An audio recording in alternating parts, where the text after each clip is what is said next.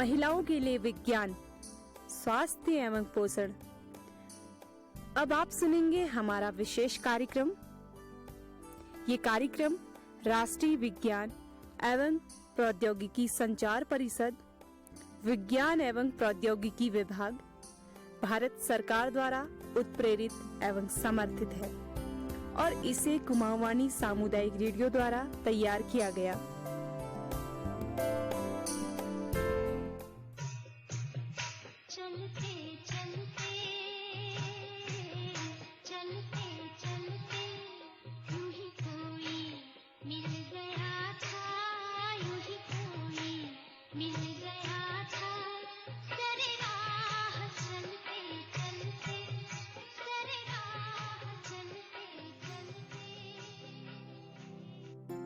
अमा ईसा दीदी बहनी, आप सबको पहला और नमस्कार। उम्मीदों के अनुरूप आप सभी लोग स्वस्थ होंगे, मस्त होंगे और तंदुरुस्त होंगे, है ना? अगर नहीं है तो निराश ना होइए। कस लो आज ही से कमर और शरीर को स्वस्थ और तंदुरुस्त बनाने के लिए दीजिए अपने आहार और भोजन लेने की आदतों पर ध्यान। स्वास्थ्य चाहने वाले याद रखें यह उसूल, 10 मिनट हर रोज टहलें शाम को खाने के बाद। पेट की मोटर में खाने की सवारी कम भरो, फेल हो जाएगी ओवरलोड हो जाने के बाद। चाट चटनी मिर्च मसाले जो उड़ाते हैं बहुत, उनकी आंतें ठीक होती है दही खाने के बाद। जायके और लज्जतें सब मुंह तलक महदूद हैं, हो जाता है सब बराबर पेट में जाने के बाद। आंतों से लेना नहीं हरगिज कभी दांतों का काम, होता है खाना खराब यूं ही निकल जाने के बाद। जो पकड़ सकते नहीं कसकर जवानी की लगाम, बहुत पछताएंगे दौरे जवानी के गुजर जाने के बाद। तंदुरुस्ती और खुशियां चाहने वालों सुनो, सोना गलत है आपका सूरज निकल आने के बाद। जल्दी सोना जल्दी उठना, घूमने जाना सुबह, राज सेहत है यही तर्ज अमल आने के बाद। ये लाइनें सुन के आपको कुछ चीजें तो समझ में आ गई होंगी ना? एक कहावत मैं आपको सुनाती हूँ। कहते हैं ना कि जैसा अन्न वैसा तन, जैसा तन वैसा मन। ठीक ही तो है, तन अच्छा तो मन अच्छा, मन अच्छा तो सारा जग अच्छा। आज लोग तो जानते ही हैं, शरीर में रोग लगे हो तो कुछ भी अच्छा नहीं लगता, न काम अच्छा लगता है, न खेल, न तमाशा। और ऐसे में ढेर सारा रुपया पैसा भी पास हो तो भी खुशी नहीं मिलती।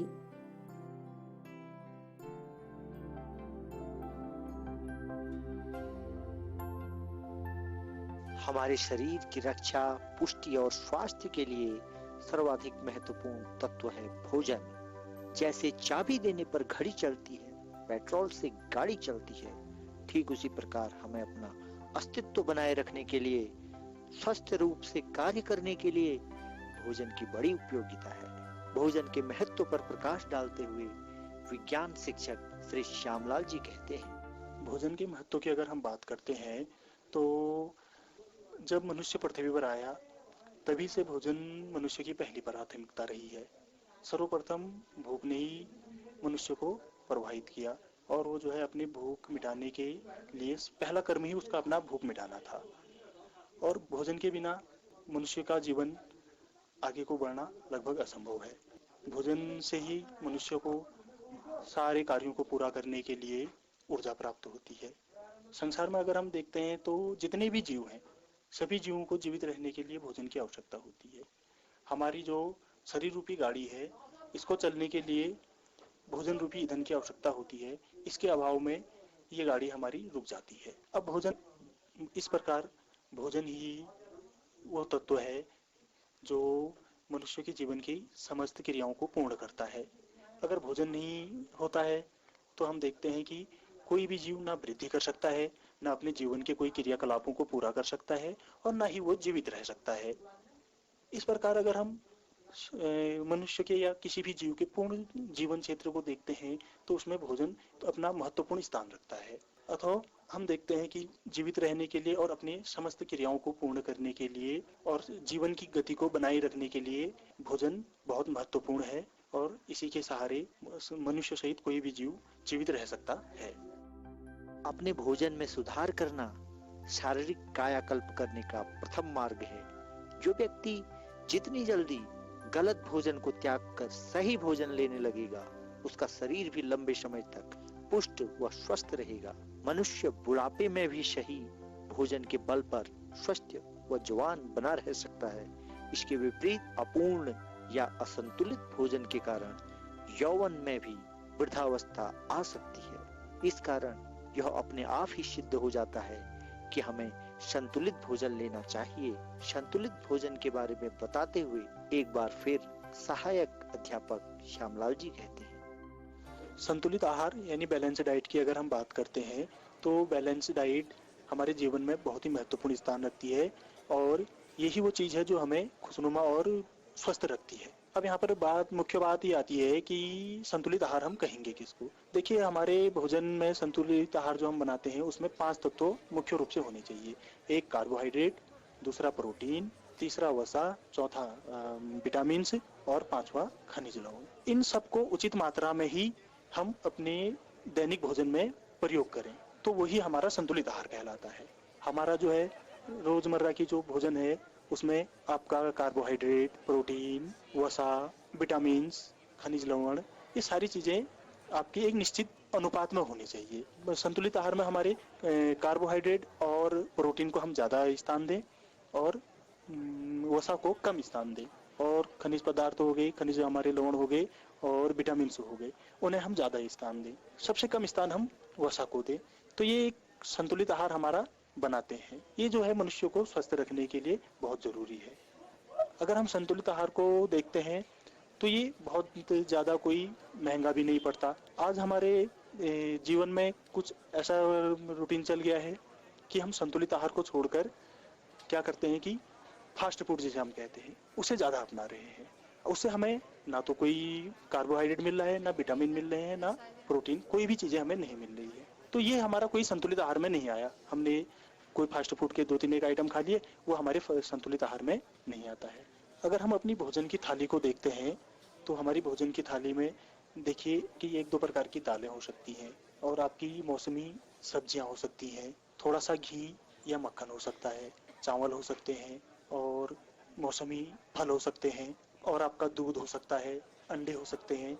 अगर इतनी चीजें भी हम ले लेते हैं तो ये लगभग एक संतुलित आहार कह सकते हैं इसको हम। तो इन चीजों को हम अपने रोजमर्रा के भोजन में शामिल करके या इन चीजों का हम ध्यान रखें कि इतनी चीजें हमारी थाली में है या नहीं है, तो इनको देखकर और इनको सही समायोजित करके हम एक पूर्ण आहार ले सकते हैं जो कि हमारे जीवन के लिए बहुत ही महत्वपूर्ण है।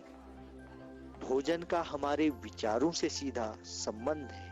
हम जैसा भोजन करते हैं वैसे ही हमारे विचार बनते हैं। अब अगर हम पशुओं को देखें तो गाय, भैंस, घोड़े, गधे इत्यादि जानवरों का मुख्य भोजन घास व अनाज ही होता है।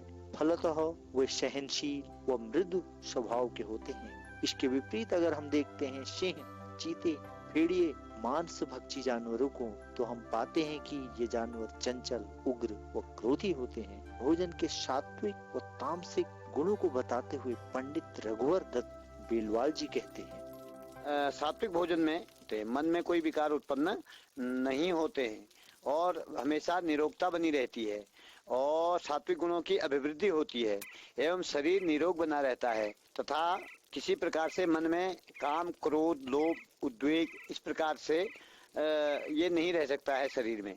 और फिर होता है रजोगुण भोजन। रजोगुण भोजन में जो तामसिक या मिश्रित भोजन जो हम लोग करते हैं उसको कहते हैं रजोगुणी भोजन। तो इसमें दोनों प्रकार का तामसिक भोजन का भी और सात्विक भोजन का भी जो मिश्रण है उसको अगर हम करें तो उसको रजोगुणी भोजन कहते हैं।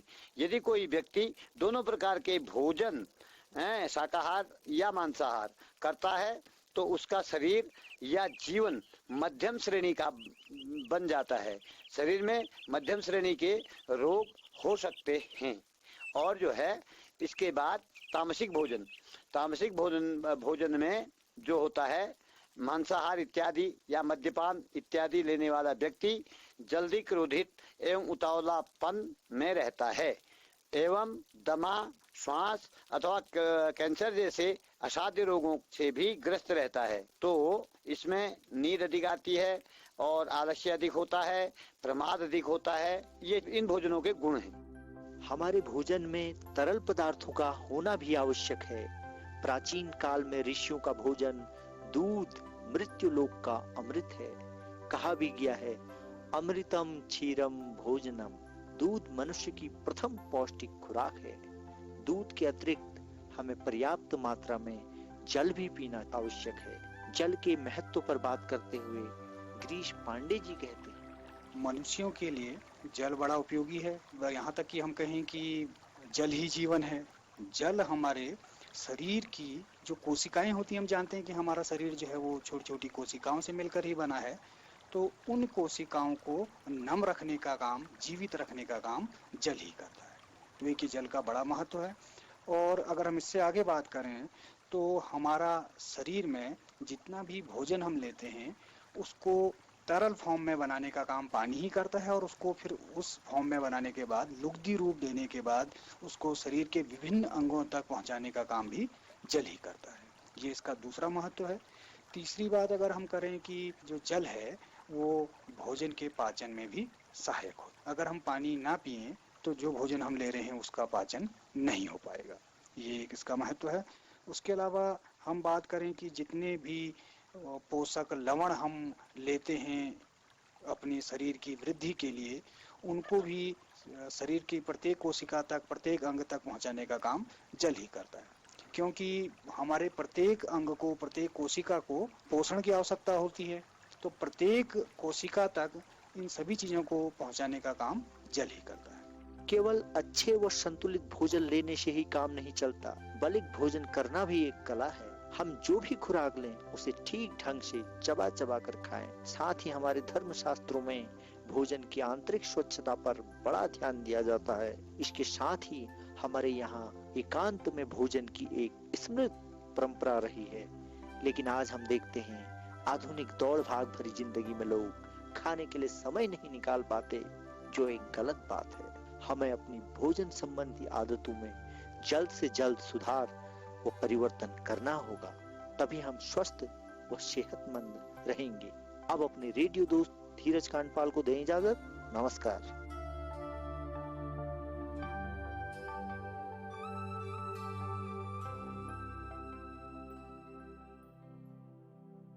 तो आप लोगों ने सुना कि जीवन में भोजन का कितना और क्या महत्व है। अब एक कहानी आपको सुनाते हैं।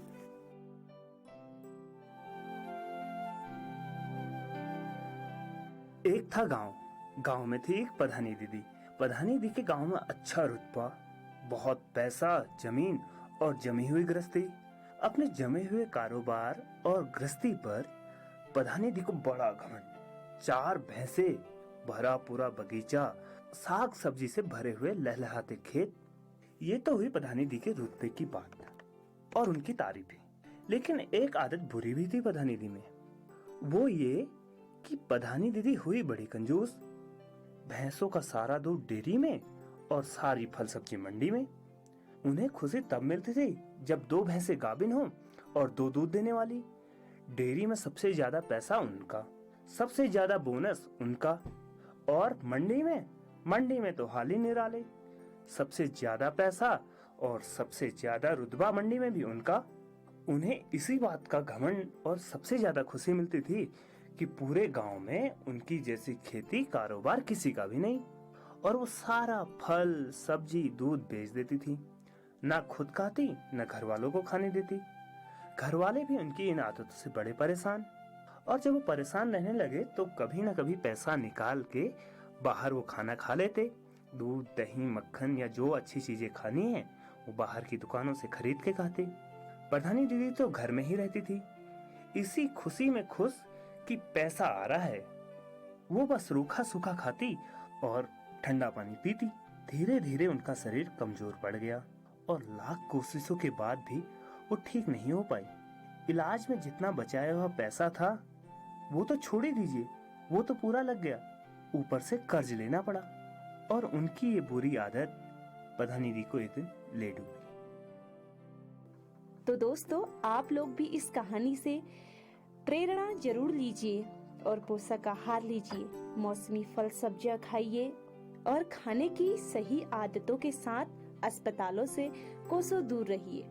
फिलहाल अपनी रेडियो दोस्त को आज के महकता आंचल कार्यक्रम को समाप्त करने की भी इजाजत दीजिए। याद रखिए, स्वस्थ रहिए, मस्त रहिए, तंदुरुस्त रहिए।